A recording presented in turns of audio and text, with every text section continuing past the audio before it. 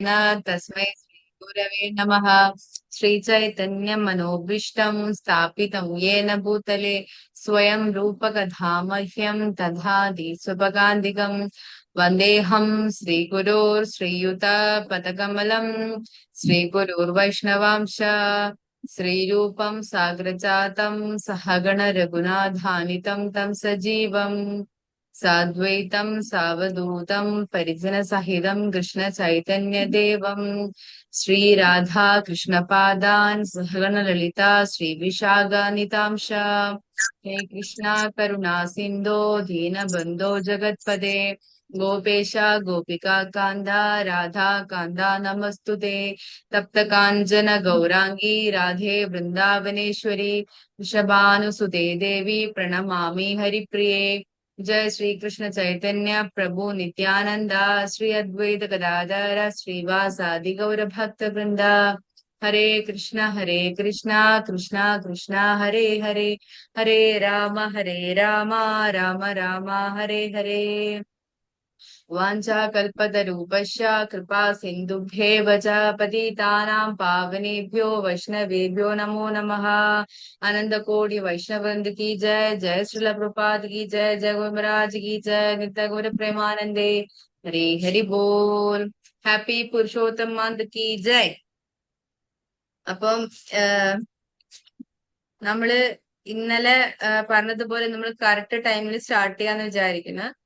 അപ്പൊ ഇന്നലെ നമ്മൾ പറഞ്ഞതുപോലെ ഇൻട്രൊഡക്ഷൻ ആയിരുന്നു ഇന്നലെ പറഞ്ഞത്. എന്താണ് പുരുഷോത്തമ മാസം, അതിന്റെ മഹത്വം എന്താണ്, എന്തുകൊണ്ടാണ് പുരുഷോത്തമ മാസം എന്ന പേര് വന്നത്. അപ്പൊ അതിലൊന്നും ആർക്കും സംശയമില്ല എന്ന് വിചാരിക്കുന്നു. ഉണ്ടെങ്കിൽ നമുക്ക് ക്ലാസ് കഴിഞ്ഞിട്ട് ഒരു അരമണിക്കൂർ കഴിഞ്ഞതിന് ശേഷം ആ സംശയമുള്ളവര് ഇതിൽ നിന്നാ മതി. അപ്പൊ അവർക്ക് ചോദിക്കാനുള്ള ഒരു അവസരം തരാം. അപ്പൊ ഇന്ന് നമ്മൾ നോക്കാൻ പോകുന്നതും പൊതുവായിട്ടുള്ള കാര്യമാണ്. അപ്പൊ നമ്മൾ ഭഗവത്ഗീതയിലേക്ക് കടക്കുന്നതിന് മുന്നേ കുറച്ച് കാര്യങ്ങള് പറയാൻ തോന്നി. അങ്ങനെയാണ് എല്ലാവരുടെ അഭിപ്രായം പറഞ്ഞത്. അപ്പൊ അതനുസരിച്ച് നമ്മൾ ഇന്ന് പൊതുവായിട്ടുള്ള കുറച്ച് കാര്യങ്ങളാണ് പറയാൻ പോകുന്നത്. അതിൽ ആദ്യത്തെ നമ്മൾ പറയാൻ പോകുന്നത് ഭഗവാന്റെ ഗുണങ്ങളാണ്. ഭഗവാന്റെ ഗുണങ്ങൾ എന്ന് പറയുമ്പോൾ ശരിക്കും നമ്മളിപ്പോ ഒരാളെ സ്നേഹിക്കുകയാണ്, അല്ലെങ്കിൽ ഒരാളെ നമ്മൾ ഇഷ്ടപ്പെടണം എന്നുണ്ടെങ്കിൽ നമ്മൾ എന്ത് ചെയ്യണം? അയാളെ കുറിച്ച് അറിഞ്ഞിരിക്കണം, അല്ലെ? ഇപ്പൊ നമ്മള് പല പല ആൾക്കാർ ഇന്നത്തെ സൊസൈറ്റി നമ്മൾ കാണുന്നുണ്ട്.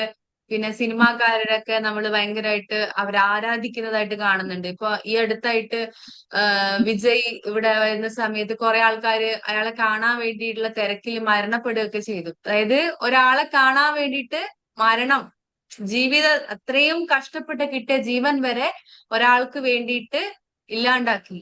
യഥാർത്ഥ ജീവിതത്തിൽ അയാൾ ആരാണ് എന്താണ് എന്നൊന്നും നമുക്ക് ആർക്കും അറിയില്ല, അല്ലെ? വിജയ് എന്താണ് ആരാണ് എന്നൊന്നും അറിയില്ല. അതുപോലെ തന്നെയാണ് ഓരോ ഈ എന്താ പറയാ ഇന്നത്തെ കാണുന്ന സോ കോൾഡ് സെലിബ്രിറ്റീസ് ഒക്കെ ആണെങ്കിലും നമുക്കറിയില്ല അവരാരാ എന്താന്ന്. നമ്മള് അവരുടെ എന്താ പറയാ ഈ ഫോണിലൊക്കെ നമ്മള് എന്താ പറയാ റീൽസ് എന്നൊക്കെ പറയും. റീൽസ് ആയിട്ട് ഇടുന്നതും സിനിമയില് കഥാപാത്രങ്ങളായിട്ടൊക്കെ അവര് ചെയ്യുന്നത്. ഇപ്പം മോഹൻലാലിന്റെ ഒരുപാട് കഥാപാത്രങ്ങള്. അപ്പൊ ആ കഥാപാത്രങ്ങളെയാണ് നമ്മൾ ശരിക്കും ഇഷ്ടപ്പെടുന്നത്, അല്ലാതെ യഥാർത്ഥത്തിലുള്ള ആ ഒരു വ്യക്തിയല്ല. അപ്പൊ അത്തരം എന്താ പറയാ നമ്മള് അയാൾ ആരാന്ന് അറിയാതെ ഉള്ള ഒരു ആരാധനയാണ് ശരിക്കും ഇന്നത്തെ കാലത്ത് നമ്മൾ കണ്ടുകൊണ്ടിരിക്കുന്നത്. പക്ഷെ ശരിക്കും നമ്മൾ ഒരാളെ സ്നേഹിക്കണം, ഇഷ്ടപ്പെടണം എന്നൊക്കെ ഉണ്ടെങ്കിൽ എന്താവണം? നമ്മൾ അയാളെ കുറിച്ച് അറിഞ്ഞിരിക്കണം. എന്താണ് അയാൾക്ക് ഇത്ര മഹത്വം, അല്ലെ? അതുപോലെ തന്നെയാണ് ഭഗവാനെ നമ്മൾ സ്നേഹിക്കണമെങ്കിൽ നമ്മൾ പറയും ഭഗവാൻ സർവജ്ഞനാണ്. ഭഗവാനെ കുറിച്ച് നമ്മൾ കൂടുതൽ കൂടുതൽ അറിയുമ്പോഴാണ് നമുക്ക് ഭഗവാനോടുള്ള ആ ഒരു സ്നേഹം ഉണ്ടാവുന്നത്. അപ്പം അതിനു വേണ്ടിയിട്ടാണ് നമ്മൾ ഭഗവാനെ അറിയണം എന്ന് പറയുന്നത്. അപ്പൊ ഭഗവാന്റെ ഗുണങ്ങൾ എന്ന് പറഞ്ഞാൽ ഒരിക്കലും നമുക്കിങ്ങനെ എണ്ണി തിട്ടപ്പെടുത്താൻ പറ്റുന്നതോ അല്ലെങ്കിൽ ഇന്നതൊക്കെയാണ് എന്ന് പറയാൻ പറ്റുന്ന അത്രയൊന്നും അല്ല, അല്ലെ? എന്താണ്, നമ്മളെ കടലിലെ തിരമാലകൾ പോലെ ഭഗവാന്റെ ഗുണങ്ങളും അനന്തമാണ്. പക്ഷെങ്കില് നമുക്ക് മനസ്സിലാക്കാനുള്ള ഒരു എളുപ്പം എന്നതുപോലെ ഭക്തിരസാമൃത സിന്ധുവില് 13 ഗുണങ്ങൾ, അതായത് മറ്റ് ദേവീദേവന്മാർക്കൊന്നുമില്ലാത്ത 13 ഗുണങ്ങൾ, ഭഗവാന്റെ വ്യത്യസ്തമായിട്ടുള്ള 13 ഗുണങ്ങളെ പറ്റിയിട്ട് പറയുന്നുണ്ട്. അപ്പൊ അതില് 3 ഗുണങ്ങളാണ് നമ്മൾ ഇന്ന് നോക്കാൻ പോകുന്നത്. മറ്റുള്ള ഗുണങ്ങൾ വരും ക്ലാസ്സുകളിൽ നമുക്ക് നോക്കാം. അപ്പം ആദ്യത്തെ ഗുണം എന്ന് പറയുന്നത് എന്താണെന്ന് വെച്ചാല് സുരം യങ്ക. സുരം യങ്ക എന്നാണ് ആദ്യത്തെ ഗുണം. സുരം യങ്ക എന്ന് പറഞ്ഞാൽ എന്താണെന്ന് അറിയോ?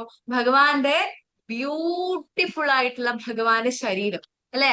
ഭഗവാന്റെ ശരീരത്തിനുള്ള ഒരു ഭംഗി എന്ന് പറഞ്ഞാൽ നമ്മളിപ്പോ കാണുന്ന ഈ ഒരു ഫോട്ടോ, നമ്മൾ ഈ ഒരു നിങ്ങളെ മുന്നിൽ കാണുന്ന ഈ ഒരു ഫോട്ടോ ആയിക്കോട്ടെ, എന്റെ ബാക്ക്ഗ്രൗണ്ടിൽ കാണുന്ന ഈ ഫോട്ടോ ആയിക്കോട്ടെ, ഇതൊക്കെ എന്താണ്? നമ്മള് സൃഷ്ടിച്ചതാണ് അല്ലെ. നമ്മള് ആ ഒരു ചിന്ത കൊണ്ടും നമ്മളുടെ അറിവ് കൊണ്ടും ഈ ഗ്രന്ഥങ്ങൾ പ്രതിപാദിച്ച ഒരു ഇതൊക്കെ വെച്ചിട്ട് നമ്മൾ ഉണ്ടാക്കിയെടുത്തിട്ടുള്ള ഭഗവാന്റെ രൂപമാണ് ഇതൊക്കെ. ഇതൊക്കെ കാണുമ്പോൾ നമുക്ക് വല്ലാത്തൊരു ഭംഗി ഭഗവാന്റെ ശരീരത്തിൽ തോന്നുന്നുണ്ട്. അപ്പോ യഥാർത്ഥത്തിലുള്ള ഭഗവാന്റെ ഒരു ശരീരത്തിന്റെ ഭംഗി, ഭഗവാന്റെ ഭംഗി എന്ന് പറയുന്നത് നമുക്കൊന്നും ചിന്തിക്കാൻ പോലും പറ്റാത്ത അത്രയും വലുതാണ്. അപ്പം അത് തന്നെയാണ് ഭഗവാന്റെ ആദ്യത്തെ ഗുണം. ഭഗവാന്റെ ആ ഒരു ബ്യൂട്ടിഫുൾ അല്ലെ, ഭഗവാന്റെ ബ്യൂട്ടിയാണ് ഭഗവാന്റെ ആദ്യത്തെ ഗുണം എന്ന് പറയുന്നത്. അപ്പൊ ഗോപികമാര് പറയും, ഭഗവാനോട് ഒരിക്കല് ഒരു ഗോപിക വന്നിട്ട് ഭഗവാനോട് ക്ഷമ ചോദിക്കുകയാണ്. അപ്പൊ ഭഗവാൻ ചോദിക്കും, നീ എന്നോട് എന്ത് തെറ്റാ ചെയ്തത് ക്ഷമ ചോദിക്കാൻ? അപ്പൊ ഗോപി പറയാണ്, മറ്റുള്ളവര് പറയുന്ന കേട്ടു, ഭഗവാന്റെ മുഖം ചന്ദ്രന്റെ മുഖം പോലെയാണ്, ഭഗവാന്റെ കണ്ണുകള് താമര ഇതൾ പോലെയാണ്. അപ്പൊ അതറിയാതെ ഞാനും അതുപോലെ വിചാരിച്ചു പോയി. പക്ഷേ അവിടുത്തെ മുഖം എന്താ പറയാ, ചന്ദ്രന്റെ മുഖത്തോട് എങ്ങനെയാണ് ഞാൻ ഉപമിക്കാൻ പറ്റുക? അവിടുത്തെ സുന്ദരമായ കണ്ണുകൾ എങ്ങനെയാണ് താമര ഇതൾ പോലെ ഞാൻ ഉപമിക്കാൻ പറ്റുക? കാരണം ഭഗവാന്റെ ഓരോ അംഗവും അത്രയും സുന്ദരമാണ്. ഒരിക്കലും മറ്റൊന്നിനോട് നമുക്ക് ഉപമിക്കാൻ പറ്റാത്ത അത്രയും സുന്ദരാണ് ഭഗവാന്റെ ആ ഒരു ശരീരം. അപ്പൊ ശരിക്കും പറയുകയാണെങ്കിൽ ഭഗവാന്റെ എന്താ പറയാ, ഭഗവാന്റെ സൗന്ദര്യം ഭഗവാനെ പോലെയാണ് അല്ലെ. അതിനപ്പുറം നമുക്ക് മറ്റൊരു ഉപമ അല്ലെങ്കിൽ ഒരു കമ്പാരിസൺ നമുക്ക് ചെയ്യാൻ പറ്റത്തില്ല. അതാണ് ഭഗവാന്റെ സൗന്ദര്യം. അതുപോലെ ഭീഷ്മദേവൻ പറയുന്നുണ്ട്, യുദ്ധഭൂമിയിൽ എന്താ പറയാ, പടയാളികൾ അങ്ങോട്ടും ഇങ്ങോട്ടും ഓടുന്ന സമയത്ത് അതിന്റെ മണ്ണ് ഭഗവാന്റെ മുഖത്തൊക്കെ ഇങ്ങനെ ആയിട്ട്, അപ്പോഴും ഭഗവാനെ കാണാൻ എന്തൊരു ഭംഗിയാ. ഭഗവാന്റെ മുഖത്തിന്റെ ആ ഒരു തേജസ് വീണ്ടും കൂടുകയാണെന്നാണ് ഭീഷ്മദേവർ പറയുന്നത്. അതുപോലെ തന്നെ ഗോപികമാര് പറയുന്നുണ്ട്, അതായത് രാവിലെ എന്താ പറയാ, നന്ദകാവിൽ നിന്നും എന്താ പറയാ, നമ്മുടെ ഗോക്കളെ മേക്കാൻ വേണ്ടിയിട്ട് പോകുന്ന ഭഗവാൻ കളിച്ചും രസിച്ചും ഒക്കെ കഴിഞ്ഞ് വീണ്ടും ഈ സായാഹ്നാവുന്ന സമയത്ത് തിരിച്ച് വീട്ടിലേക്ക് എത്തുന്ന സമയത്ത് ഒരുപാട് ക്ഷീണിതനായിരിക്കും. അപ്പോഴും ഭഗവാനെ കാണാൻ അതിസുന്ദരമാണ്. അപ്പോ നമ്മളൊക്കെ ചില സമയത്ത് പറയാറുണ്ട്, ചില ആൾക്കാരെ അവര് ഉണർന്ന സമയത്ത് രാവിലെ തന്നെ കാണുന്ന സമയത്ത് ചിലപ്പോൾ നമുക്ക് പേടിയാവും അല്ലെ, അങ്ങനത്തെ ഒരു കോലമായിരിക്കും. പക്ഷെ ഭഗവാൻ അപ്പോഴും ഭംഗിയാണ്, ഉണർന്നെണീറ്റാലും ഭംഗിയാണ്, ഉറങ്ങുമ്പോഴും ഭംഗിയാണ്, എന്താണ് ക്ഷീണിതനായാലും ഭംഗിയാണ്, കളിക്കുമ്പോഴും ഭംഗിയാണ് അല്ലെ. ഭഗവാൻ എപ്പോഴും ഭംഗിയാണ്. അപ്പൊ ഭഗവാന്റെ സൗന്ദര്യം എന്ന് പറയുന്നതാണ് ഭഗവാന്റെ ആദ്യത്തെ ഗുണം എന്ന് പറയുന്നത്. അത്ര ഇറ്റേണൽ ആയിട്ടുള്ള, ഒന്നിനോടും നമുക്ക് താരതമ്യം പെടുത്താൻ പറ്റാത്ത സൗന്ദര്യമാണ് ഭഗവാന്റേത്. അപ്പൊ അത് ഭഗവാന് മാത്രമുള്ള ഒരു ഗുണമാണ്. രണ്ടാമത്തെ ഗുണം എന്ന് പറയുന്നത് സർവസ്ഥല ലക്ഷണ യക്ത. രണ്ടാമത്തെ ഭഗവാന്റെ ഗുണം എന്ന് പറയുന്നതാണ് സർവസാല ലക്ഷണയക്ത. അതായത് ഇത് ആ ഒരു ഭക്തിരസാമൃത സിന്ധുവിലെ ശ്ലോകം വൈസാണ് കേട്ടോ പറയുന്നത്. അപ്പൊ ആ ശ്ലോകത്തില് അതേപോലെയാണ് ഞാൻ ഇവിടെ മെൻഷൻ ചെയ്തിരിക്കുന്നത്. അപ്പം സർവ സാല ലക്ഷണയക്ത, അതായത് എല്ലാ ലക്ഷണങ്ങളോട് കൂടിയ ആ ഒരു എന്താ പറയാ ഭംഗിയാണ് ഭഗവാന്റേത്. എല്ലാ ലക്ഷണങ്ങളും ഉണ്ട് ഭഗവാന്.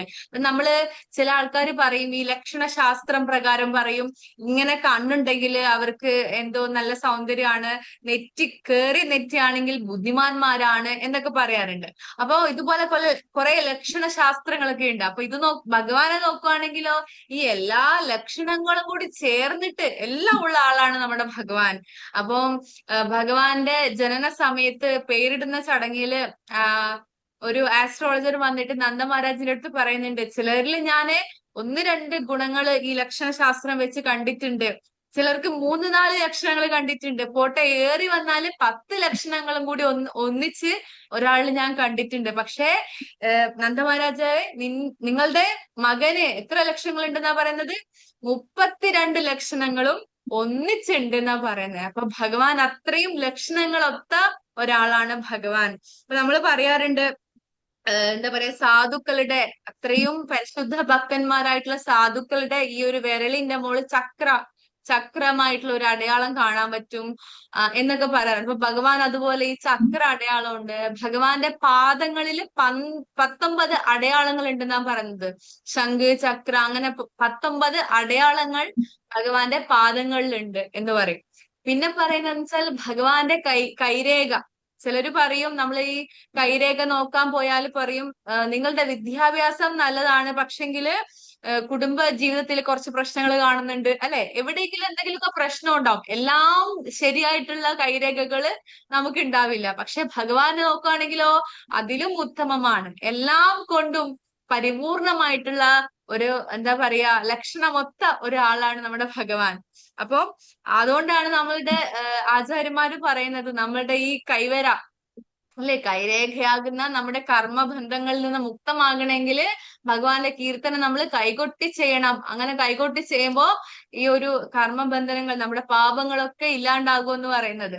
അപ്പോ ഭഗവാൻ എന്താണ് ആ ഒരു ഗുണാണ് പറയുന്നത്, സർവസാല ലക്ഷണയക്ത, അതായത് എല്ലാ ഐശ്വര്യങ്ങളും എല്ലാ ലക്ഷണങ്ങളും ഒത്ത ഒരാളാണ് ഭഗവാൻ. അതാണ് ഭഗവാന്റെ രണ്ടാമത്തെ ഗുണം എന്ന് പറയുന്നത്. അപ്പൊ മൂന്നാമത്തെ ഗുണാണ് രുചിര. രുചിര എന്ന് പറഞ്ഞാൽ എന്താണ്, എല്ലാരെയും അങ്ങ് കീഴടക്കും ഭഗവാൻ അല്ലെ. ഭഗവാൻ ചില ആൾക്കാരെ നമ്മൾ കണ്ടിട്ടുണ്ട്, കാണാൻ നല്ല ഭംഗി ഉണ്ടാവും, പക്ഷെ സ്വഭാവം അത്ര അങ്ങോട്ട് ശരി ഉണ്ടാവില്ല. അതേപോലെ ചില ആൾക്കാർക്ക് സ്വഭാവം അത്ര ശരി ഉണ്ടാവില്ല, പക്ഷെ കാണാൻ നല്ല ഭംഗി ഉണ്ടാവും. ഇത് രണ്ടും കൂടി ഒത്തുവരുന്ന ആൾക്കാർ വളരെ കുറവാണ്. പക്ഷെ ഭഗവാനോ, ഭഗവാൻ കാണാനും സുന്ദരനാണ്, സ്വഭാവവും നല്ലതാണ്, സംസാരവും ശുദ്ധമാണ് അല്ലെ.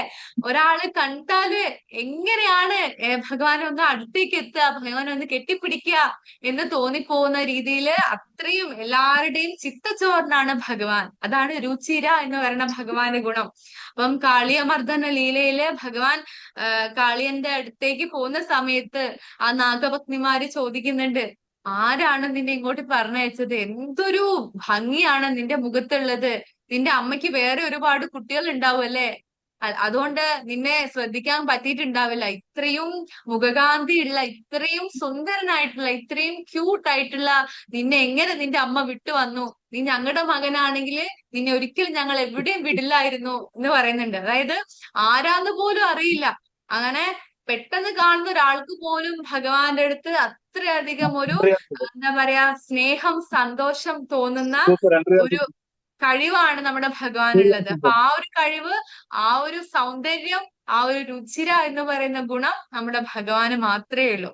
അപ്പം ഈ 3 ഗുണങ്ങളാണ് നമ്മൾ ആദ്യം പറയുന്നത്. അപ്പൊ ഈ ഗുണങ്ങളെ കുറിച്ച് നമ്മൾ എന്തിനാ പറയുന്നത് വെച്ചാല്, എന്തിനാ പറയുന്നത്, നമ്മളുടെ മെഡിറ്റേഷൻ, അതായത് നമ്മൾ ചാൻഡ് ചെയ്യുന്ന സമയത്താണെങ്കിലും നമ്മൾ ഭഗവാന്റെ ദർശനം എടുക്കുന്ന സമയത്താണെങ്കിലും നമ്മൾ ഇതിനെ കുറിച്ച് ഇങ്ങനെ ആലോചിക്കുമ്പോൾ നമ്മുടെ ഭഗവാൻ എങ്ങനെയായിരിക്കും, ഭഗവാന്റെ ആ സൗന്ദര്യം നമുക്ക് ആസ്വദിക്കാൻ പറ്റണം. ഭഗവാന്റെ കണ്ണുകളെ കുറിച്ച് പറയുന്നുണ്ട്, ഭഗവാനെ കുറിച്ച് പറയുന്നത് എന്താ, നയന മഹോത്സവം എന്ന് പറയും. നമ്മളിപ്പം പ്രസാദം ഏകാദശി കഴിഞ്ഞിട്ടുള്ള ദ്വാദശിക്ക് നമ്മള് ഫീസ്റ്റ് എന്ന് പറയാറുണ്ട്. അപ്പൊ അതെന്താണ്, നമ്മള് പ്രസാദമാണ്, നമ്മള് എന്താ പറയാ പ്രസാദം കൊണ്ട് നമ്മള് വയറിനെ അല്ലെ, നമ്മളുടെ വയറിനെ വളരെയധികം സന്തോഷിപ്പിക്കും. പക്ഷെ ഭഗവാനെ കാണുമ്പോൾ നമുക്ക് എന്താണ്, നയനോത്സവമാണ്, നമ്മുടെ കണ്ണുകൾക്ക് കിട്ടുന്ന ഒരു ഉത്സവമാണ് ഭഗവാന്റെ ദർശനം എന്ന് പറയുന്നത്. അപ്പോ ഈ ഒരു ഗുണങ്ങളൊക്കെ നമ്മൾ ഓർത്തിട്ട് ഭഗവാനെ ദർശനം ചെയ്യുന്ന സമയത്ത് നമുക്ക് അതിന്റെ കൂടുതൽ നമുക്ക് അതിലേക്ക് ഭഗവാനിലേക്ക് ശ്രദ്ധ കേന്ദ്രീകരിക്കാനും ആ ഒരു ആനന്ദം അനുഭവിക്കാനും പറ്റും.